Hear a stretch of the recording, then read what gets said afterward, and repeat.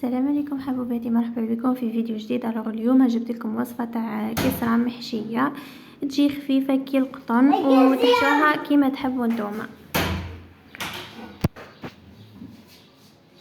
هنا مكونات تاع العجينه: عندنا مغرف كبيره خميره الخبز ومغرف كبيره تاع سكر و5 مغارف تاع زيت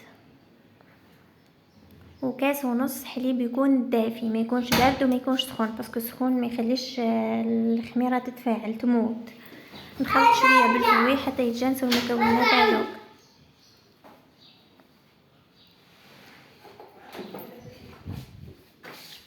فوالا،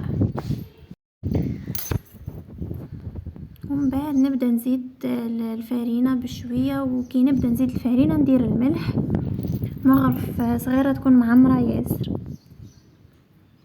ونخلط حتى نتحصل على عجينه تكون طريه ومش تلصق في اليد. نعجنها شويه واحد 5 دقائق هكاك.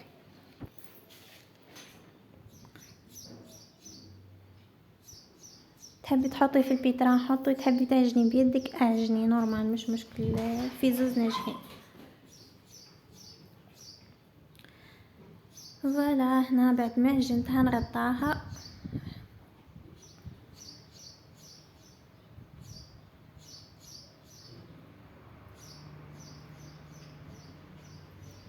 نغطاها ونحطها تخمر في بلاصه هكا تكون دافيه كيما اليامات هذوما مسخونين، يعني اي حاجه تاع خميره تخمر هادي خلاص.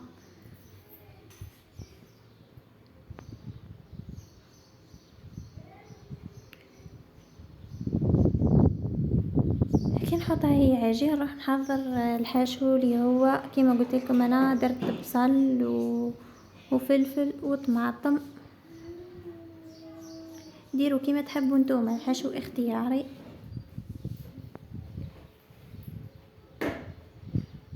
نقصهم هكا صغار.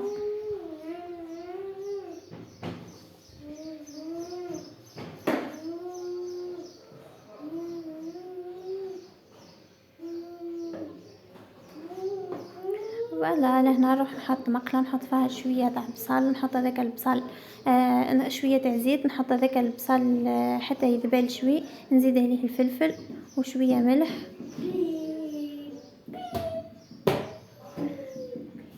كي يتقلوا مليح نزيد لهم الطماطم، واني نسيت هنا ما قلت لكمش، ما نعدلكمش المغرف تاع الطماطم البنات كونسونطري، وفلفل اكحل وفلفل احمر حار باسكو انا حبيتها تكون حاره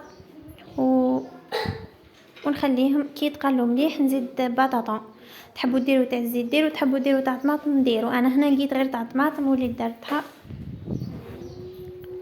ونغطي لها. هنا العجينه ها هي ضعف الحجم تاعها، يعني خمرت صايي.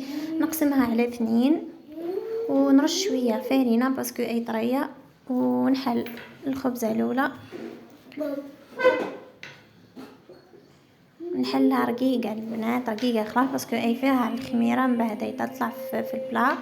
ندهن البلا تاعي بالزيت باه نضمن انها ما تلصقليش، ونحطها من بعد نثقبها هكا بفرشيطه ولا موس ولا اي حاجه، ونحط هذاك الحشو اللي عندي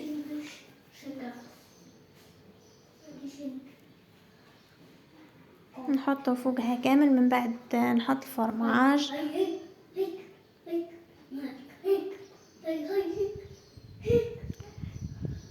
ديروا كونتيتي اللي تحبوا نتوما، انا واش عندي راني قاعده ندير.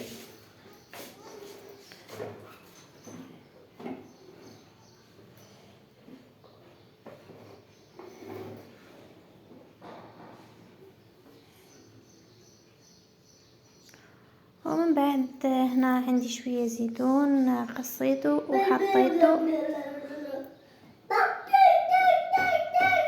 ونفتح العجينه الثانيه اللي خليناها قبيله ونحطها هكا على الوجه ونضغط عليها شويه باش يخرج هذاك الهواء، ونقفلها في الحاشيه. نجيب عظمه نخلطها مليح مليح بالفرشيطه، من بعد نحكم ندهن بالبنسي ومن الفوق ونزين كيما نحبوا احنا. انا هنا درت شويه زيتون بركه وشوي كمون.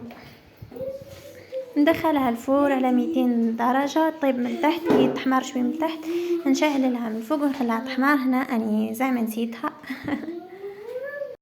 جربوها البنات ورجعولي في كومنتير رأي.